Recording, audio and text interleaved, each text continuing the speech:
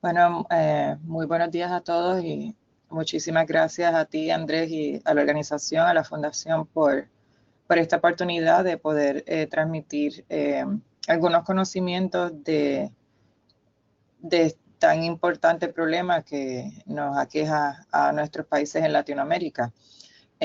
Como Andrés muy bien dijo, el título de la presentación se llama Consideraciones, complicaciones y seguimiento del cáncer del cuello uterino. Los objetivos principales, voy a tocar brevemente cómo describir los síntomas de cáncer cervical. Perdona un momentito, Andrés, yo creo que yo tengo la presentación incorrecta, ¿ok? Déjame darle un cambio aquí. Tranquila, doctora. Ok.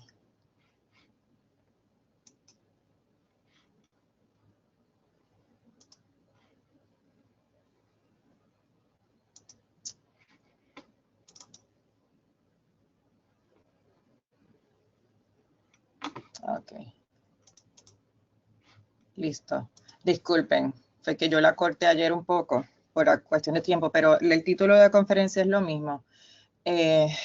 Voy a tocar un poco los síntomas de cáncer cervicouterino, en cuanto a estadios tempranos y estadios avanzados, pero el propósito más principal es de describir qué tratamiento se recomienda dependiendo del estadio del cáncer cervicouterino, cuáles son las potenciales complicaciones dependiendo del tratamiento y cómo se le da seguimiento a estas pacientes. Durante todas estas jornadas, pues se ha discutido cómo se diagnostica lesiones preinvasivas, cómo se diagnostica cáncer cervicoterino. Quiero utilizar unos minutos solamente para repasar algunos de esos conceptos que se han ido adquiriendo durante esta jornada. Cuando una paciente pues, es diagnosticada con cáncer cervicoterino, dependiendo del estadio, pues van a ser los síntomas. Usualmente, pues las pacientes que se diagnostican con estadios tempranos, estos estadios usualmente pues no producen ningún síntoma porque en estos casos pues la gran mayoría de los cánceres pueden ser a nivel microscópico, o sea, son detectados a nivel celular, ya sea por la prueba de discernimiento, el tamizaje que sale alterada y a la paciente se le hace una biopsia y se hace el diagnóstico. O sea que estas pacientes, pues, usualmente, pues, no van a tener ningún tipo de queja. Por eso es muy importante el tamizaje y por eso, pues, que enfatizamos tanto que tenemos que lograr que más personas se hagan la prueba para poder llegar a captar esa población de pacientes que pueden desarrollar cáncer cervical. Y la otra importancia de la vacunación para prevenir que cualquier tipo que la adquisición del virus no produzca un cambio precanceroso que eventualmente lleve a un cáncer cervicoterino. Cuando una paciente pues ya tiene un estadio avanzado, que no necesariamente tiene que ser metástasis a distancia, sino en cáncer cervical, el cáncer pues tiende a propagarse a nivel local, extensión local, y en estas pacientes pues pueden presentar síntomas que pueden ser síntomas que uno puede ver comúnmente que en nuestras prácticas o en pacientes pues se pueden quejar de que tienen una descarga vaginal maloliente, de un sangrado que, que continúa a pesar de que ya el periodo menstrual no les toca, o que tienen relaciones sexuales y sangran, o tienen un dolor pélvico que es constante. Ya cuando la paciente tiene algunos de esos síntomas y se diagnostica con un cáncer cervical, usualmente es un cáncer pues, que está localmente avanzado. O sea, que en estadios tempranos, estadio muy, muy temprano, pues el cáncer cervical no va a tener síntomas. En un estadio ya un poquito más avanzado, pues sí va a tener síntomas. Otra de lo que quiero repasar es que el estadio de cáncer cervical es un estadio clínico. Se hace por examen y por pruebas visuales, pruebas de rayos X o CT o cualquier tipo de prueba de imagen. A diferencia de otros cánceres en general, por lo menos en los cánceres ginecológicos, que es el área que yo me especializo, la gran mayoría de los cánceres ginecológicos, el estadio es un estadio quirúrgico. Entiéndase que se hace la operación, se remueve el órgano que está afectado y ahí pues se determina el estadio. En cáncer cervicouterino pues no es así. El estadio es un estadio clínico y la razón por la que se hace es para que las estadísticas a nivel mundial sean equitativas. Porque las estadísticas que hay en otros, dependiendo de la población o del país, pues los accesos a recursos son muy diferentes y para poder ser más equitativo, por eso se hace estadio clínico utilizando unas pruebas en particular. Aquí pues esta diapositiva prácticamente es para describiendo otra vez el estadio de cáncer cervical, donde pues con las imágenes lo que demuestra es cómo el cáncer cervical se propaga. Es una propagación a nivel de afectar el órgano que está hacia el lado. No es como otros cánceres que pueden presentar con metástasis a distancia bien temprano, el cáncer cervical usualmente no lo hace. Metástasis a distancia pueden ocurrir, pero no son tan comunes. Usualmente el cáncer pues se tiende a quedar en el área pélvica, empieza en el área cervical, después empieza, si no se trata, empieza a afectar el tejido cerca del área cervical hasta que se propaga a la pared pélvica y de ahí puede afectar en los órganos que están más cercanos, que es la vejiga o el colon, y después los nódulos linfáticos y hacer metástasis a distancia. Y aquí otra vez otra diapositiva mostrándoles cómo es que el cáncer se tiende a propagar y cómo son los diferentes estadios de cáncer cervical. En estadios tempranos, como mencioné, pues usualmente son lesiones que son a nivel microscópico y en estadio 1A, pues uno no va a ver una lesión. Y usualmente pues se diagnostica con los resultados que el patólogo nos provea de la lectura de la biopsia. Y aquí pues le dejo saber cómo es que se clasifica un 1A1 versus un 1A2. Ya un estadio 1B, que esas son lesiones tempranas, usualmente presenta con una lesión que puede ser microscópica, pero que el margen que provee anteriormente pues es mucho mayor, de más de 7 milímetros y más de 7 milímetros de ancho y más de 5 milímetros de profundidad. Pero usualmente un estadio 1B es una lesión que una ve, que uno pone el espéculo y se ve una lesión en el área cervical, sin ningún envolvimiento de otras áreas. El tratamiento de pacientes que tienen estadios tempranos, usualmente pues se prefiere un tratamiento quirúrgico.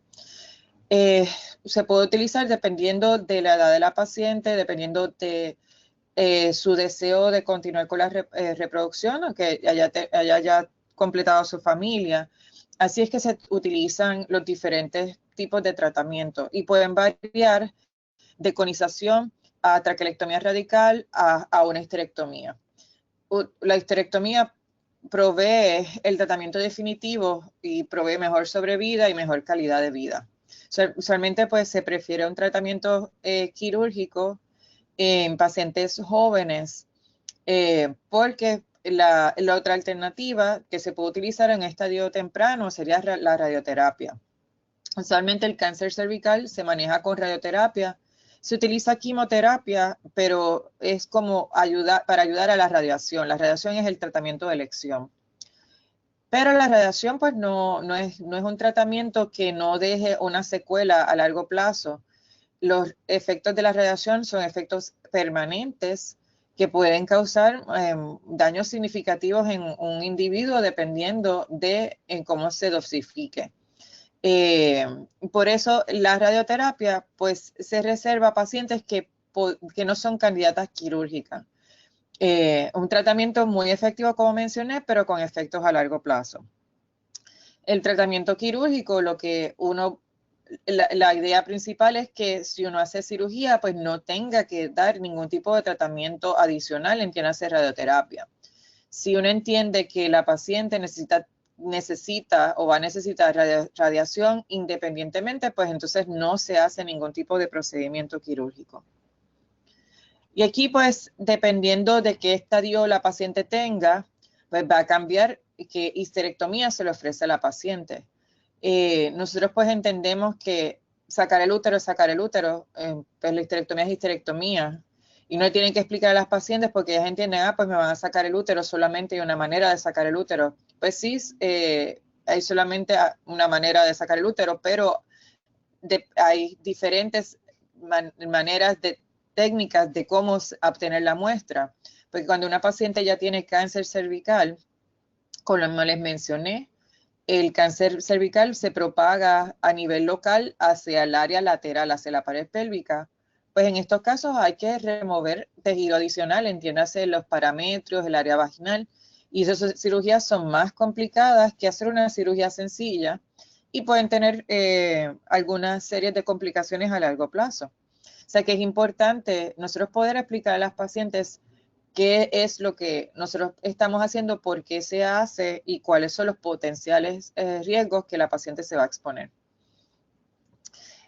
En una histerectomía radical, que es lo que usualmente es lo que se recomienda a pacientes que tienen cáncer cervical, pues existe un sinnúmero de complicaciones. No son muy altas los tipos de complicaciones, pero hay que discutirlas con las pacientes porque hay que darle monitoreo y después manejo si desarrollasen alguna. De las complicaciones de la histerectomía radical que están descritas, pues existe, la primera es la atonía vesical. ¿Qué significa atonía vesical? Eso lo que significa es que la vejiga no se contrae de manera eficiente y la paciente pues puede tener retención urinaria. Cuando se hace algún tipo de estos procedimientos, lo que nosotros usualmente hacemos es que se deja la sonda en la vejiga, por lo menos por una semana, para asegurarnos que cuando en el proceso de sanación, pues esa vejiga sane y después se remueve y se verifica que la paciente pueda orinar por su cuenta. Hay casos en que la paciente pues no puede orinar, hay que volver a reemplazar esa sonda, dejarla un poquito más. Pero si es un daño permanente, pues esa paciente hay que enseñarla a que tiene que hacer cateterización por ella misma. Se tiene que cateterizar cuando ella entienda que tiene que ir al baño, porque ella no va a poder orinar por su cuenta. La razón por la que esto podría ocurrir es porque cuando se hace una histerectomía radical, se remueve parte del área vaginal y la vejiga se moviliza mucho más y esto podría afectar algunos de los terminales nerviosos que va a la vejiga que pueda ayudar a contraer esa vejiga. Otro potencial riesgo o complicación de la cirugía radical podría ser la formación de fístulas. Y las fístulas pues pueden ser fístulas que vengan de la vejiga a la vagina, que volvemos otra vez es por la movilización que se requiere para obtener tejido adicional vaginal, pues se puede causar algún tipo de daño que uno no se percate en ese momento. Y cuando la paciente esté en el proceso de sanación, pues puede desarrollar una fístula, que una fístula no es otra cosa que una conexión anormal entre dos tejidos que no se supone que exista.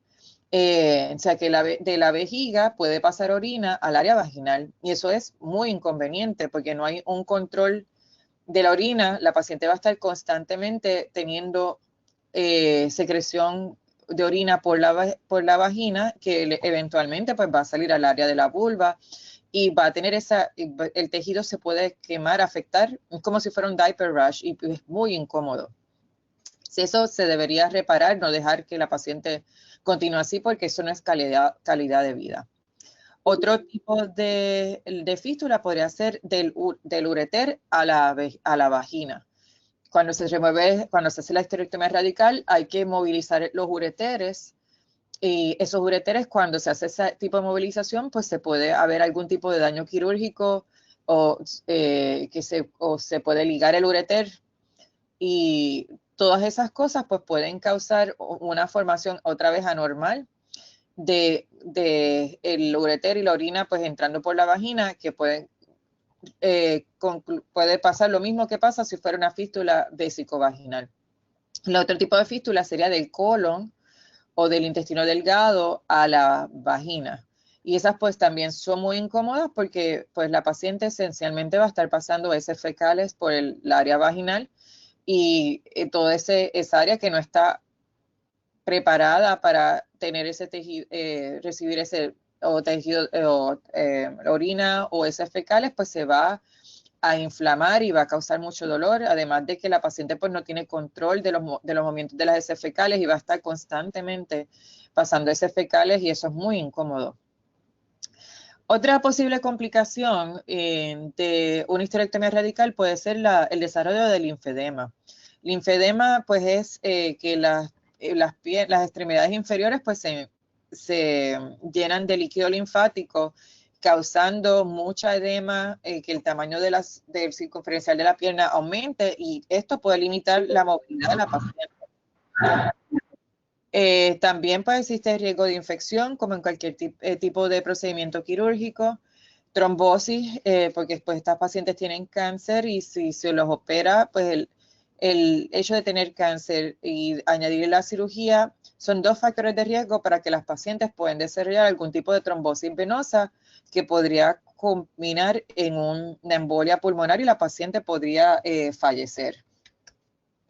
Otro tipo de complicaciones podría ser hemorragia o daño a nervios. Como estamos trabajando mucho acerca de sistemas nerviosos que inervan prácticamente las extremidades inferiores, si uno pues haciendo la disección de los nódulos corta ese nervio, pues la paciente puede tener problemas en la ampular.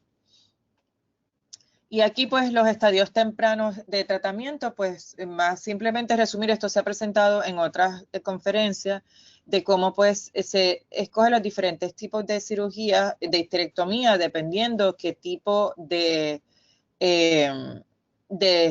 estadiaje se clasifica al momento del diagnóstico inicial. En cuanto a preservación de fertilidad, pacientes que no han completado su paridez, pues se puede ofrecer, dependiendo del estadio, si es muy temprano, manejo por conización cervical o traquelectomía cervical. Y aquí pues una diapositiva de cómo se hace una conización cervical. En pacientes que se hacen conizaciones cervicales como manera de manejar el cáncer, pero también para preservar la fertilidad, tienen que entender que tienen riesgo de poder tener complicaciones de parto prematuro en un futuro. Lo mismo aplica si se hace un LIP, que eso se practica mucho más que una conización de corte frío. Ambos pues están asociados con estenosis cervical, con incompetencia cervical, con parto prematuro, rotura de membranas. Todas esas cosas pues pueden aumentar el riesgo a largo plazo y la paciente pues antes de que se le haga el procedimiento se le tiene que informar de que ella puede estar expuesta a algún tipo de estas complicaciones. Aquí pues más o menos la importancia, no voy a entrar en detalle porque esto pues es más para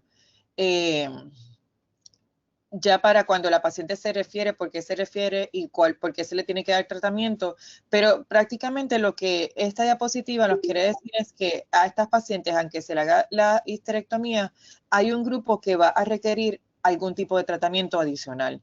Se ha demostrado que si hay presencia o ausencia, pero particularmente presencia de alguno de estos factores que están mencionados aquí, existe un riesgo de recurrencia y muerte de estas pacientes en un 30% si solamente son seguidas por cirugía.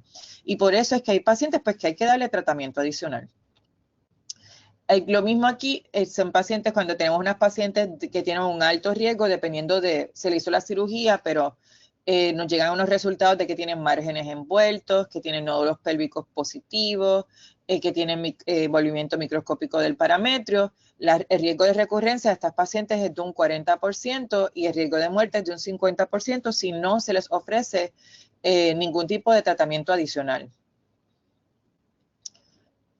Y aquí, pues, esto es para la definición de cáncer cervical avanzado, que prácticamente es las diapositivas que le estaba mencionando al principio de la conferencia.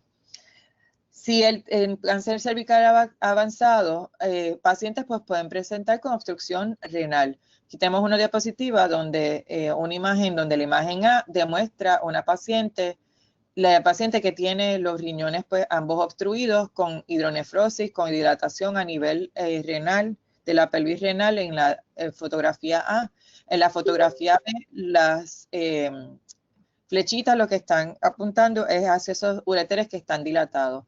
Una paciente que presenta con este tipo de cuadro ya es un estadio bastante localmente avanzado, es un estadio 3B. O sea, a estas pacientes no se les ofrece cirugía. Estas pacientes hay que tratarlas con radiación y con quimioterapia.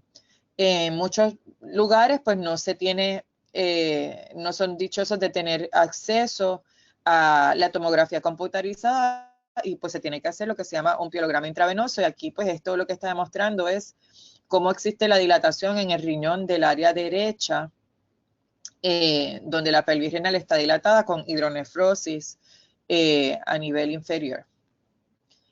En casos de pacientes que son diagnosticadas con obstrucción renal, a estas pacientes hay que tratarlas. Esa obstrucción renal se tiene que revertir porque las pacientes, se ha demostrado que pacientes que se les corrigió la obstrucción renal tuvieron un periodo más prolongado de sobrevida, libre de enfermedad, que las pacientes que no fueron tratadas.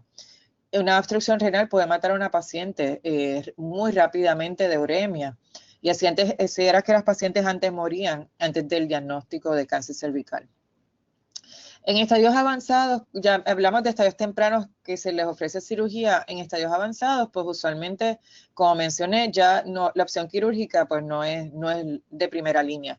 En estos casos, pues el tratamiento de elección es radioterapia con quimioterapia. La cirugía como alternativa de estas pacientes no es un tratamiento curativo y no se recomienda porque al hacer cirugía y cortar a través de tumor puede crear más complicaciones a largo plazo si la paciente se requiere radiación. Si hubiese una complicación quirúrgica, entonces estamos prolongando el proceso o el tiempo de que esa paciente empiece el tratamiento, porque una vez uno opera, tiene que esperar a que la paciente sane antes de por lo menos dar radiación. La quimioterapia se puede dar tal vez 3 a 4 semanas después de una cirugía, pero la radiación no. La radiación hay que esperar por lo menos 8 semanas después de una cirugía. Se entiéndase que si yo opero a una paciente que no era candidata para operación y ya la paciente va a tener que esperar 8 semanas antes de empezar algún tratamiento de radioterapia, que es tiempo que ese cáncer puede complicarse más. Además de que si yo tuviese alguna complicación quirúrgica, ese periodo se podría prolongar aún más, que no es beneficioso, sería contraproducente para la paciente. Usualmente las pacientes que en estadios avanzados pues requieren terapia adyuvante y pacientes de las cuales se combina cirugía con tratamiento adyuvante, como mencioné, tienen mayor riesgo de complicaciones, de un 26% versus un 12%.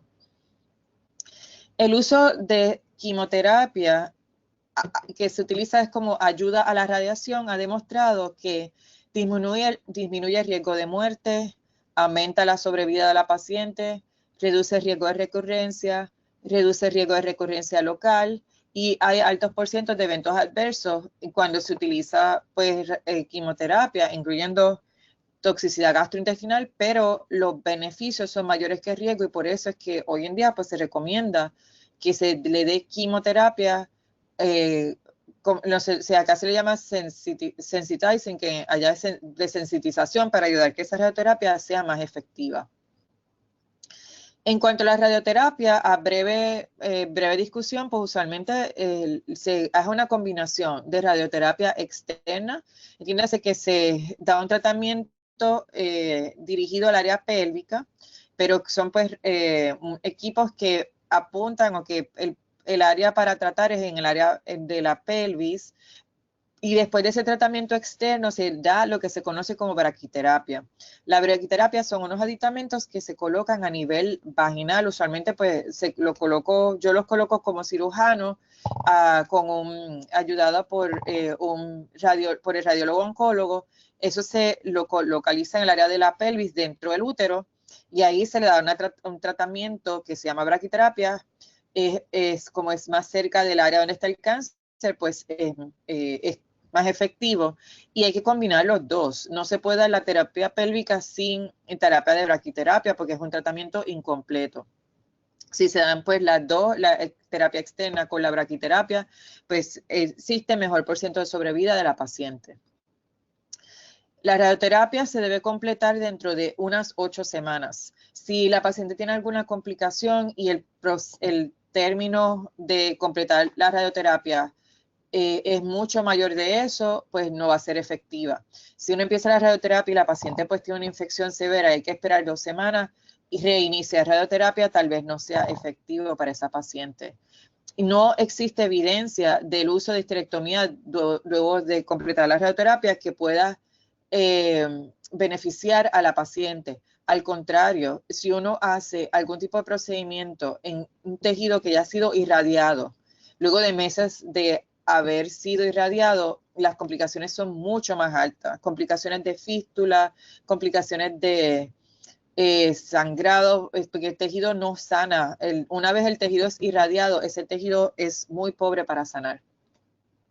La radioterapia, pues, causa una serie de complicaciones que son complicaciones a largo plazo. Una vez uno irradia el tejido ya es irradiado por vida y ninguno de esos cambios van a revertir.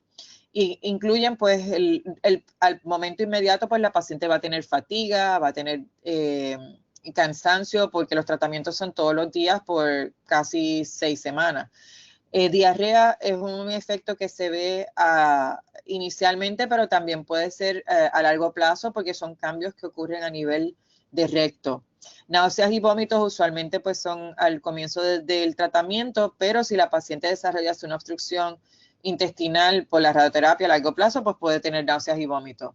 Existen cambios de coloración en la piel, pacientes que no han entrado a menopausia, si se radia, pues van a quedar menopáusicas de por sí, porque los ovarios son muy sensitivos a la radiación y es uno de los primeros órganos que deja de funcionar una vez entra en el campo, son irradiados durante el tratamiento.